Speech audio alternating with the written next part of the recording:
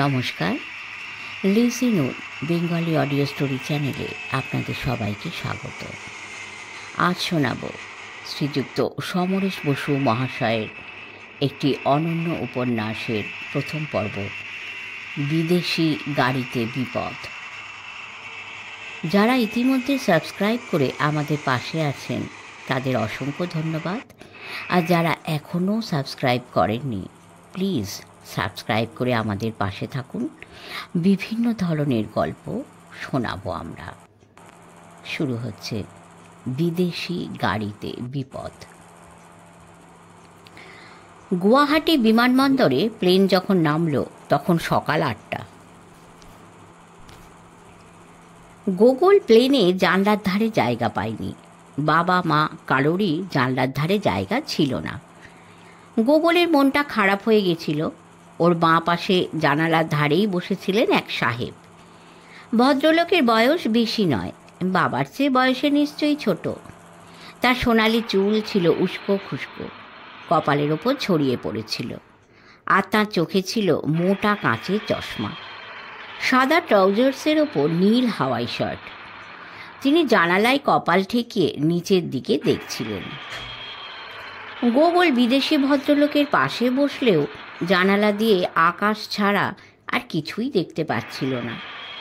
মোটাসোটা না হলেও ভদ্রলোক বেশ লম্বা, বাবার চেয়েও লম্বা। প্লেনটা ছিল 373 বোয়িং। এয়ারবাস হলেও আরও অনেক বেশি যাত্রী থাকত। মাঝে মাঝে প্লেনটা যখন বাঁ দিকে কাত হচ্ছিল, একমাত্র তখনই গোগল নিচের অথচ দূরের নীল সবুজ স্থলভূমি দেখতে পাচ্ছিল। ও এত বেশি মাথা তুলছিল, সিট থেকে উঠে জানালার দিকে দেখছিল।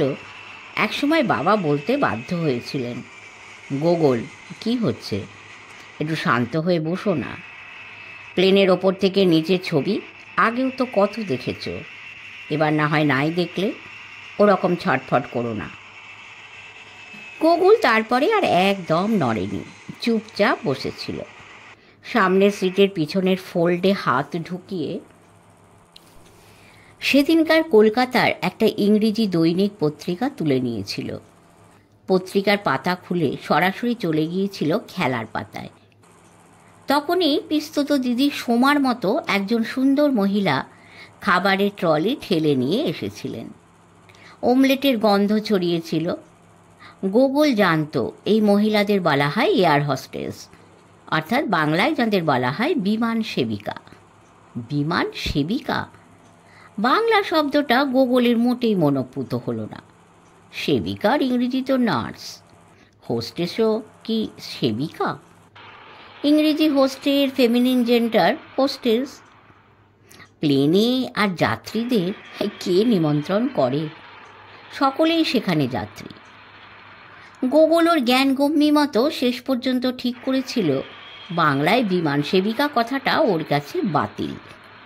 শুনতে একটু বড় আর খটোমটো হলেও ইংরেজি থেকে বাংলা অভিধানের একটি শব্দ ওর মনে ধরেছিল, সুখ স্বাচ্ছন্দ্যে তত্ত্বাবধায়িকা। Vegetarian or non vegetarian? প্লেনের সুখ স্বাচ্ছন্দ্যের তত্ত্বাবধায়িকা গোগলকে হেসে জিজ্ঞেস করেছিলেন। গোগল জবাব দিয়েছিল, নন ভেজিটেরিয়ান। গোগল সামনের সিটের পেছন থেকে ভাঁজ করা ছোট্ট খাবার টেবিলটা খুলে নিতে ভুলে গিয়েছিল। মহিলা নিজেই হাত বাড়িয়ে সেটা খুলে দিয়েছিলেন। খাবার দিতে দিতে গোগলের মুখের দিকে বারে বারে তাকাচ্ছিলেন। বাবা মা বসেছিলেন মাঝখানের দুটো আসনে। গোগলের বাঁ পাশে বসা বিদেশি ভদ্রলোক তার ভাঁজ করা টেবিল খুলে নিয়েছিলেন আর নিজের থেকে গম্ভীর স্বরে বলেছিলেন, নন ভেজিটেরিয়ান। খাবার ছিল প্রাতরাশ হিসেবে ভালোই, টোস্ট, মাখন, অমলেট আর মিষ্টি। বিদেশি ভদ্রলোক খাবার মুখে দেবার আগে একবার গোগলের দিকে তাকিয়ে হেসেছিলেন, আর খাওয়া মিটে যাবার পর তিনি হেসে গোগলকে ইংরেজিতে জিজ্ঞেস করেছিলেন, তুমি কি জানালার ধারে আমার এই আসনে বসবে? গোগল খুব অবাক হয়েছিল। ভদ্রলোক কেন ও কথা জিজ্ঞেস করেছিলেন বুঝে উঠতে পারেনি। ও বাবার দিকে তাকিয়েছিল। বাবা তখন খাবার খাচ্ছিলেন। খেতে খেতেই মুখ না ফিরিয়ে বলেছিলেন, ভদ্রলোককে জিজ্ঞেস করো ওর কোনো অসুবিধে হবে কি না। বিদেশি ভদ্রলোক তখন লাইটার জ্বালিয়ে একটা সিগারেট ধরিয়েছিলেন আর উঠে দাঁড়িয়ে গোগলকে বলেছিলেন, তোমার ইতস্তত করার কিছু নেই, আমি তো বেশ খানিকক্ষণ দেখলাম, এবার বাকি সময়টা তুমি দেখো। ভদ্রলোক আসন ছেড়ে গোগলকে ডিঙিয়ে সরে গিয়েছিলেন। গোগল ভদ্রলোককে ধন্যবাদ জানিয়ে জানালার পাশের আসনে সরে গিয়েছিল। তখন সুখ স্বাচ্ছন্দ্যের তত্ত্বাবধায়িকা চা নিয়ে এসেছিলেন। গোগল বাবা মার দিকে তাকিয়ে হেসেছিল, কিন্তু বিদেশি ভদ্রলোকের ব্যবহারেও এত খুশি হয়েছিল ওর ইচ্ছে করছিল ভদ্রলোককে আর একবার ধন্যবাদ জানায়। সেটা একটু বাড়াবাড়ি হবে ভেবে আর কিছু বলেনি। ও জানালা দিয়ে নিচের দিকে তাকিয়েছিল। বোয়িং প্লেন বেশ ওপর দিয়ে যাচ্ছিল, তবে গোগল অনেক নিচে রেল লাইন ঠিক দেখতে পেয়েছিল। আর একটা রেলগাড়িও কেন্নর মতো চলছিল, অথচ কোনো শহরের ওপর দিয়ে তখন প্লেনটা উঠছিল না, বরং ধূসর নীল সবুজের মধ্যে আঁকা বাঁকা নদী চোখে পড়ছিল। চাষের চৌকো জমি, অল্প কিছু ঘরবাড়ি, তারপরে যেন পাহাড় আর জঙ্গল শুরু হয়ে গিয়েছিল। গোগল ভাবছিল নিচের পাহাড় জঙ্গলেই ওরা যাবে কিনা। ও মুখটা ফিরিয়ে বাবার দিকে তাকিয়েছিল আর অবাক হয়ে দেখছিল পাশের বিদেশি ভদ্রলোকের চেহারা বেমালুম বদলে গেছে। সত্যি কি আর একজন ভদ্রলোকের চেহারা বদলে যেতে পারে? আসলে বিদেশি ভদ্রলোক কখন উঠে গেছেন ও মোটে টের পায়নি। বাবার দিকে তাকাতে গিয়ে দেখেছিল ওর পাশে বসে আছেন একজন কদম ছাঁট কোঁকড়ানো ধূসর চুল, মাথায় মস্ত এক টিকিধারী ভদ্রলোক, মুখে ধূসর গোঁপদাড়ি, চোখে চশমা জোড়া হালকা নীল। সেই হালকা নীল কাঁচের ভিতর দিয়ে ভদ্রলোকের দুই বন্ধ চোখ দেখা যাচ্ছিল। তিনি চোখ বুজেছিলেন। তার গায়ে একটা সিল্কের পাঞ্জাবির ওপরে সিল্ক গেরুয়াতে ছাপা নামাবলী ছিল। একটি ছবির ওপরে তিনি দুহাত রেখে বসেছিলেন, আর তাঁর দুহাতে বোধহয় 8টা আঙুলে 8টা আংটি ছিল। পাঞ্জাবি আর নামাবলীর সঙ্গে তিনি পরেছিলেন ধুতি। গোগল অবাক চোখে বাবার দিকে তাকিয়েছিল। বাবা তখন সিগারেট খেতে খেতে মার সঙ্গে কথা বলছিলেন। গোগল বারবার মনে করতে চেষ্টা করেছিল দমদমে এই যাত্রীটিকে দেখেছিল কিনা। দেখেনি। ওর স্পষ্ট মনে ছিল বিদেশি ভদ্রলোক কোথায় গিয়েছিলেন, আর সেই অদ্ভুত দেখতে টিকিধারী অনেকগুলো আংটি পরা ধূসর গোঁপদাড়িওয়ালা ভদ্রলোক কোথা থেকে উঠে এসে গোগলের পাশে বসেছিলেন। সেসব কথার জবাব পাবার কোনো উপায় ছিল না। মাথা তুলে আশেপাশে চোখ ঘুরিয়েও বিদেশি ভদ্রলোককেও দেখতে পাইনি। আর এই রকম একটি বিচিত্র বেশি ভদ্রলোকের পাশে ওর মোটেই বসতে ইচ্ছে করছিল না। কিন্তু উপায়ই বা কী? ও জানলা দিয়ে নিচের দিকে তাকিয়েছিল। প্লেন তখন বেশ খানিকটা নিচে নেমে এসেছিল। লাল আলোর লেখা ফুটে উঠেছিল, নো স্মোকিং এবং ফাশন ইয়োর সিট বেল্ট। গোগলের কোমরের বেল্ট বাঁধতে গিয়ে পাশের ভদ্রলোকের মুখের দিকে একবার দেখেছিল। তার হালকা নীল কাঁচের মধ্য দিয়ে তিনি গোগলের দিকেই অপলক চোখে তাকিয়েছিলেন। ভদ্রলোকের ওই রকম চাউনি দেখে ও চমকে উঠেছিল। কেন ভদ্রলোক ওকে ওরকম করে দেখছিলেন? ও চোখ ফিরিয়ে নেবার আগেই ভদ্রলোকের ধূসর গোঁপদাড়িতে কি হাসি ফুটে উঠল। গোগল ব্যাপারটা বুঝে ওঠার আগেই ভদ্রলোক একটা হাই তুলে মুখের সামনে হাত এনে তুড়ি দিয়ে বললেন, হরে কৃষ্ণ হরে কৃষ্ণ। প্লেনটা তখনই একটা ঝাঁকু দিয়ে মাটি ছুঁয়েছিল। প্লেন দাঁড়াবার পরে গোগল আসন ছেড়ে দাঁড়িয়েছিল। তখন দেখেছিল পিছনের আসনে একজন বিদেশি মহিলার পাশে সেই বিদেশি ভদ্রলোক বসে আছেন। তাহলে সেই ভদ্রলোক কোথা থেকে ওর পাশে এসে বসেছিলেন?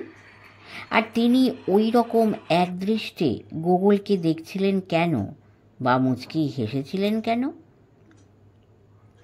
গোগল বাবা মার সঙ্গে প্লেন থেকে নেমে এয়ারপোর্টে লাউঞ্জে গিয়েছিল। মালপত্রের জন্য অপেক্ষা করেছিল। সেই বিদেশি ভদ্রলোক ও ভদ্রমহিলা ওর সামনেই দাঁড়িয়েছিলেন। ভদ্রলোক ওকে জিজ্ঞেস করেছিলেন, তুমি কোথায় যাবে? শিলং। বলে গোগল তাড়াতাড়ি যোগ করেছিল, মেঘালয়ের রাজধানী শিলং।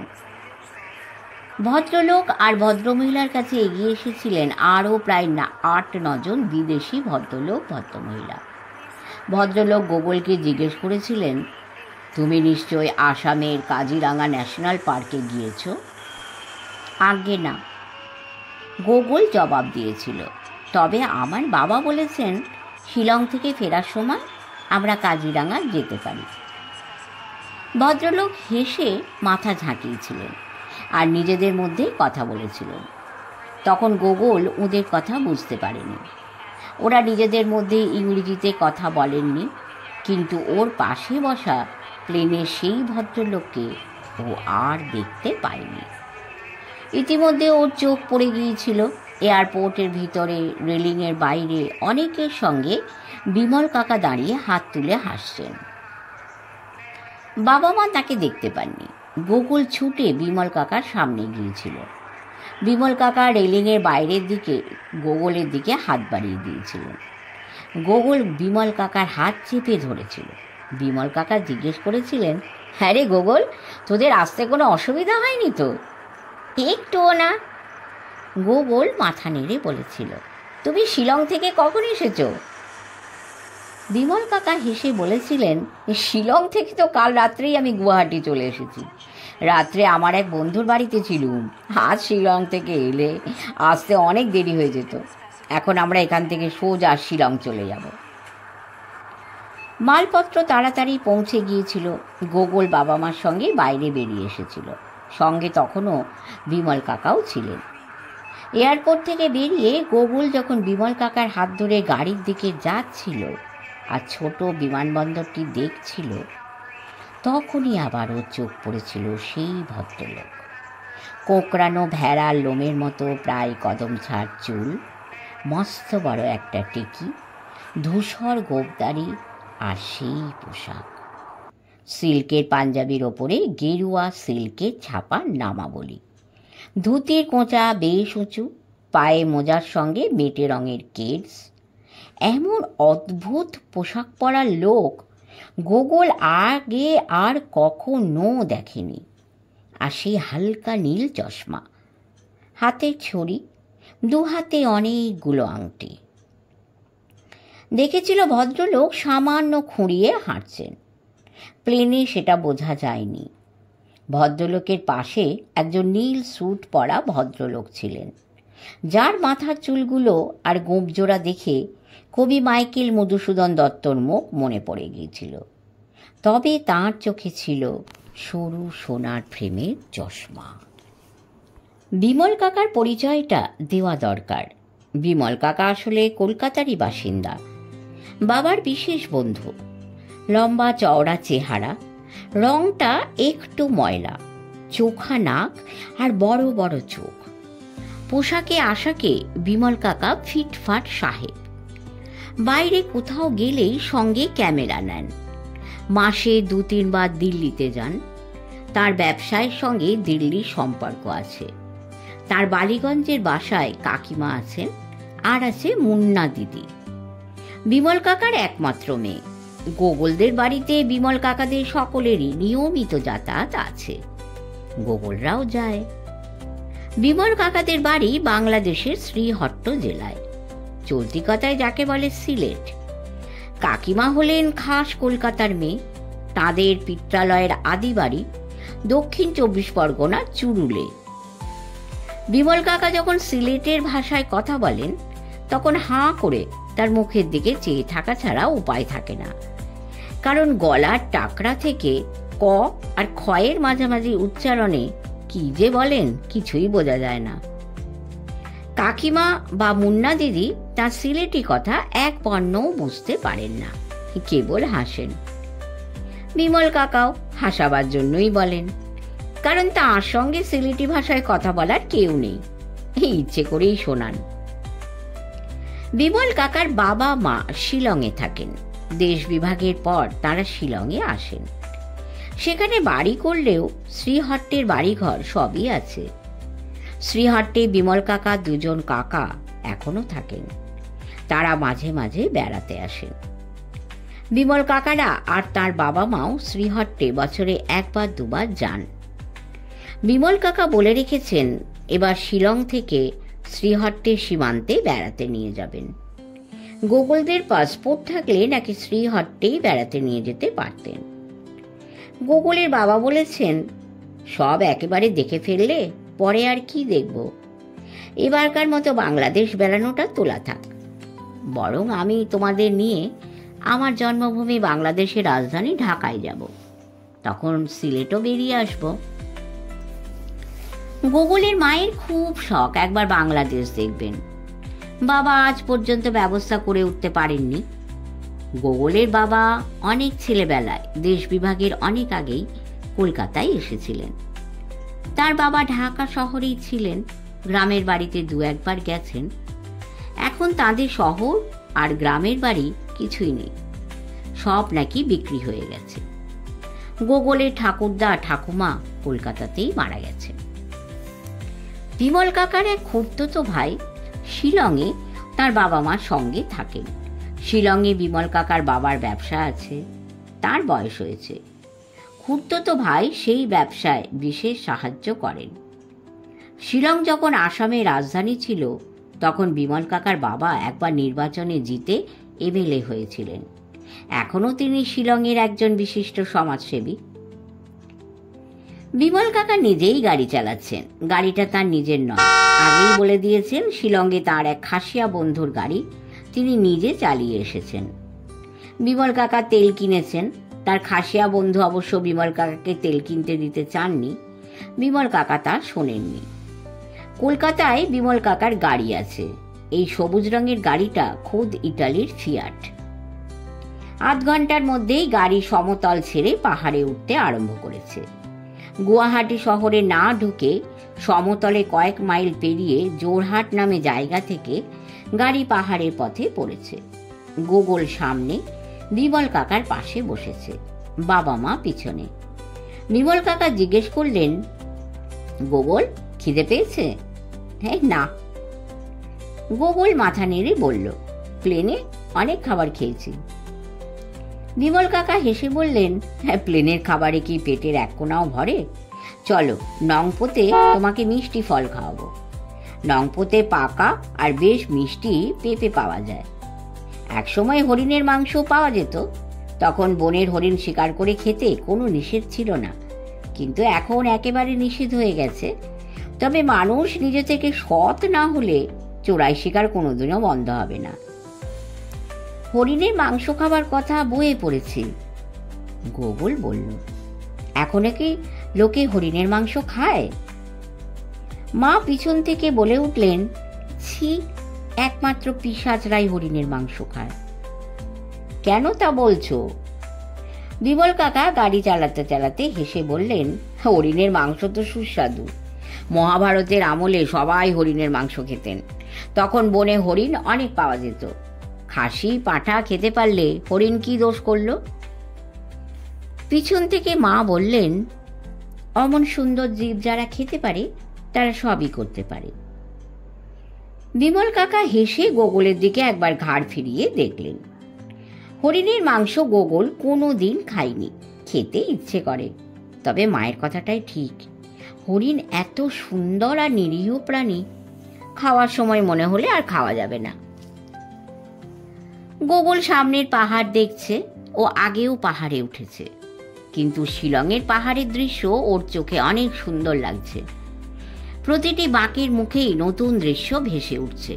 গাছপালায় নিবিড় পাহাড়ের চূড়োগুলো যেন সমুদ্রের ঢেউয়ের মতো দেখাচ্ছে। আর আঁকাবাঁকা রাস্তার এক পাশে পাহাড়ের গা, আর এক পাশে অতল গহ্বর। আর এই রকম ঘন ঘন বাঁকে আঁকা বাঁকা পথে বিমল কাকা এমন অনায়াসে সবুজ ইটালিয়ান ফিয়াট চালিয়ে চলেছেন যেন পাহাড়ে তিনি একজন দক্ষ ড্রাইভার। বাবা ইতিমধ্যে এটি সিগারেট ধরিয়েছেন, বললেন, বিমল, তুমি কি সিগারেট খাবে? না, তুমি তো জানো গাড়ি চালাবার সময় আমি কোথাও সিগারেট খাইনি, বিমল কাকা বললেন। বাবা বললেন, জানি, তবু একবার জিজ্ঞেস করলুম। কিন্তু তুমি যেভাবে চলেছ তাতে নংপোতে আমরা অনেক আগেই পৌঁছে যাব। শুনেছি ওখানে গেট খোলার বিশেষ সময় আছে। বেশি আগে গিয়ে নংপোর এপারে আটকে থাকতে হবে না? আজকাল নিয়মকানুন কিছু বদলেছে, আগের তুলনায় গাড়ি চলাচল অনেক বেড়েছে। বিশেষ করে মেঘালয় ভিন্ন রাজ্যে স্ট্যাটাস পাওয়ার পর থেকে পুরনো নিয়মের কিছু হেরফের করতে হয়েছে। অবশ্য লরি, ট্রাক বা বাস এগুলোকে যখন তখন যাতায়াত করতে দেওয়া হয় না। প্রাইভেট গাড়ির ক্ষেত্রে নংপোর গেট খোলার নিয়ম কিছু বদলেছে। মিনিস্টার বা এমএলএ, এমপি, সরকারি অফিসার আমলাতে যাতায়াত বেড়েছে। আমরা 10টায় নংপোর গেট খোলা পাবো, পৌঁছবো আগেই। গুয়াহাটি এয়ারপোর্ট থেকে নংপোর পথ এখন কমে গেছে। আগে দূরত্ব ছিল 30 মাইল, সেটা গুয়াহাটি শহর থেকে। এয়ারপোর্ট থেকে বাইপাস রাস্তা পাহাড়ের দূরত্ব কমিয়ে দিয়েছে। গোগল জিজ্ঞেস করল, কিসের গেট বিমল কাকা? পাহাড়ের গায়ে আবার গেট আছে নাকি? বিমল কাকা সামনের দিকে নজর রেখে হেসে বললেন, তুমি নংপোতে গেলেই দেখতে পাবে। সেটা পাহাড়ের ওপর একটা অধিতকার মতো। বেশ খানিকটা জায়গা সমতল। ওখানে আপ আর ডাউনের গাড়ি এসে জমা হয়। আপ আর ডাউনকে দেশে লোকেরা বলে উজান, ভাটি। ওখানে সবাই থামে, চা জল খায়, সেই জন্য গেট রেখেছে। তবে আসল কারণ হলো এই যে আমরা যাচ্ছি, এই উজানে যাওয়ার সময় যদি ভাটির একটা গাড়ি মুখোমুখি এসে পড়ে তাহলে দুটো গাড়ি পাস করা অসুবিধে। সেজন্যই নংপোতে সব গাড়ি একত্র হয়। আপ আর ডাউনের গাড়ি একসঙ্গে ছাড়া হয়, যাতে কোথাও দুটো গাড়িকে মুখোমুখি হয়ে দাঁড়িয়ে পড়তে না হয়। তবে ওই যে বললুম, আজকাল এই পথের উন্নতি ঘটানো হয়েছে। অনেক জায়গায় রাস্তা চওড়া করা হয়েছে। আগের মতো নংপো থেকে একসঙ্গে সব গাড়ি বিশেষ একটা সময়ে ছাড়া হয় না। তবে লরি, ট্রাক, বাস, বড় বড় গাড়ির কথা আলাদা। 9:15 আগেই বিমল কাকা নংপোতে গাড়ি দাঁড় করিয়ে বললেন, নংপো এসে গেলুম, আমরা এখানে একটু নামবো। গাড়ি বাঁদিক ঘেঁষে দাঁড়িয়েছিল। গোগল আগে দরজা খুলে নামলো। মা ডেকে বললেন, গোগল, তোমার জন্য একটা সোয়েটার বের করে রেখেছি, এটা কিন্তু গায়ে দিয়ে নাও। কিন্তু মা, এখানে তো আমার শীত করছে না। গোগল অবাক হয়ে বলল। বিমল কাকার পরনে কালো রঙের স্যুট, সাদা শার্ট আর লাল টাই বাঁধা ছিল। তিনি বললেন, গোগল, মনে রেখো, তুমি সমতল থেকে অনেকটা উপরে উঠে এসেছো। সমুদ্র থেকে নংপোর উচ্চতা হচ্ছে 1786 ফুট আর শিলং হচ্ছে 5000 ফুট। টেম্পারেচার সমতল থেকে কমতে আরম্ভ করেছে। তুমি এখন গায়ে সোয়েটারটা চাপিয়ে নাও। এই কথার পরে আর সোয়েটার না পরে উপায় নেই। যদিও গুগলের মোটেই শীত করছে না, কিন্তু প্রায় শহরের মতো জায়গাটায় ও দেখল এদেশের লোকেদের, মহিলা পুরুষ সকলেরই গায়ে গরম জামা রয়েছে। সোয়েটার গায়ে পরে নিল। বাবাও একটা সোয়েটার গায়ে দিয়ে গাড়ি থেকে নামলেন। মায়ের গায়ে একটা পাতলা পশমের চাদর। গোগল দেখলো ওদের গাড়ির সামনে একটা সাদা রঙের টয়োটা গাড়ি দাঁড়িয়ে আছে, আর একটা সাদা রঙের অ্যাম্বাসেডর এসে ওদের গাড়ির পিছনে দাঁড়ালো। গাড়ি থেকে নামলেন সেই হাতে অনেকগুলি আংটিওয়ালা, নামাবলী গায়ে অদ্ভুত দেখতে ভদ্রলোক। তার সঙ্গে নীল স্যুট পরা কবি মাইকেল মধুসূদনের মতো সঙ্গী। নামাবলী গায়ে ভদ্রলোক তাঁর সঙ্গীকে আঙুল নেড়ে কি ইশারা করলেন। মাইকেলের মতো দেখতে ভদ্রলোক তার পকেট থেকে সিগারেটের প্যাকেট আর লাইটার এগিয়ে দিলেন। গোগল দেখল নামাবলী গায়ে ভদ্রলোক তার হালকা নীল চশমার কাঁচের ভেতর দিয়ে গোগলের দিকে তাকিয়ে দেখছেন। কেন? আবার গোগলের মনে হলো ভদ্রলোকের ধূসর গোঁফদাড়িতে যেন চাপা হাসি ফুটে উঠল। এবার গোগল ভুল দেখেনি, কিন্তু তারপরেই ভদ্রলোক মুখ ফিরিয়ে সিগারেট ধরালেন, আর তাঁর সঙ্গী ইংরেজিতে বললেন, মিস্টার হরেরাম, দেখবেন সিগারেট ধরাতে গিয়ে আপনার গোঁফদাড়িতে আগুন লেগে না যায়। কি হলো গোগল, তুমি এখানে দাঁড়িয়ে কি দেখছো? বাবার বিরক্ত গলা ভেসে এলো। গোগল তৎক্ষণাৎ ফিরে বাবা মা আর বিমল কাকার কাছে এগিয়ে গেল। ইতিমধ্যে 2-3 জন এদেশীয় মহিলা পুরুষ বিমল কাকার কাছে এসে তাদের নিজেদের ভাষায় কথা বলছিলেন। তারা সকলেই যেমন ফর্সা টুকটুকে, লাল গাল, তেমনি সুন্দর। নাক বোঁচা বলা যায় না, একটু মোটা, সামান্য নিচের দিকটা চওড়া। তারা নিজেরাই গোগলের জন্য রাস্তার বাইরে একপাশে কয়েকটা বেতের বাগান চেয়ার, যেগুলোকে গার্ডেন চেয়ার বলে, পেতে দিলেন। গোকুল ভাবছিল বিমল কাকা কত রকম ভাষায় কথা বলতে পারেন। বিমল কাকা আর বাবা মা বেতের চেয়ারে বসলেন। গোকুল চারদিকে দেখতে লাগলো। মাথার ওপরে গেট তোলা, ওপারে অনেক গাড়ি দাঁড়িয়ে গেছে, চারদিকে প্রচুর দোকানপাট, ছোট ছোট হোটেল, স্টেশনারি আর প্রচুর ফলের দোকান। কমলা লেবুগুলো এই মে মাসে মোটেই ভালো দেখাচ্ছে না, কেমন শুকনো শুকনো। রেডিওতে অথবা টেপ রেকর্ডারে হিন্দি সিনেমার গান বাজছে। 2 জন সুন্দরী মহিলা হাসতে হাসতে এগিয়ে এলেন। তাদের 2জনের হাতে 4টে পরিচ্ছন্ন প্লেটে পাকা টাটকা পেঁপে রয়েছে। বিমল কাকা হেসে কি যেন বললেন, মহিলারাও হেসে কিছু বললেন। একজন গোগলকে প্রথম একটা প্লেট এগিয়ে দিলেন। গোগল প্লেট হাত বাড়িয়ে নিল। বাবা মা আর বিমল কাকাও নিলেন। গোগল কাঁটা চামচ দিয়ে পেঁপে তুলে মুখে দিল। সত্যি খুব মিষ্টি পেঁপে। বড় বড় 4 টুকরো পেঁপে খেয়ে গোগলের মনে হলো পেট ভরে গেছে। বিমল কাকা বললেন, গোগল আর একটু পেঁপে খাও। গোগল মাথা নেড়ে বলল, না, পেট ভরে গেছে। তা বললে কি হবে? আরেকজন মহিলা একটা সুপের চীনামাটির বাটিতে নিয়ে এলেন সবেদা আর গোলাপজাম। চামচ করে তুলে গোগলের প্লেটে দিলেন। গোগল বলে উঠল, হ্যাঁ, আর দেবেন না? কেন? ভদ্রমহিলা হাসতে হাসতে বললেন, তুমি ছেলে মানুষ, সুইট ফ্রুট কেন খাবে না? গোকুল ভদ্রমহিলার বাংলা শুনে মজা পেল। তবু তো উনি চেষ্টা করে বাংলা বলছেন। ফলগুলো সত্যি মিষ্টি আর রসালো। বাবা বেশ তাড়িয়ে খাচ্ছেন। মারও যে বেশ ভালো লাগছে, মুখ দেখেই বোঝা যাচ্ছে। কিন্তু বিমল কাকা আর ফল খেলেন না। প্লেট ফিরিয়ে দিয়ে তিনি একটা সিগারেট ধরালেন। ফলের প্লেট শেষ হতেই আবার মহিলারা 3টি প্লেটে অমলেট ভাজা নিয়ে এলেন।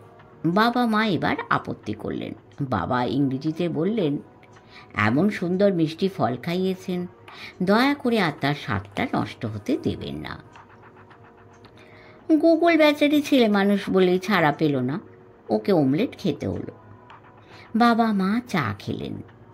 এ সময় একজন খাকি পোশাক পরা ভদ্রলোক এসে বিমল কাকাকে কিছু বললেন।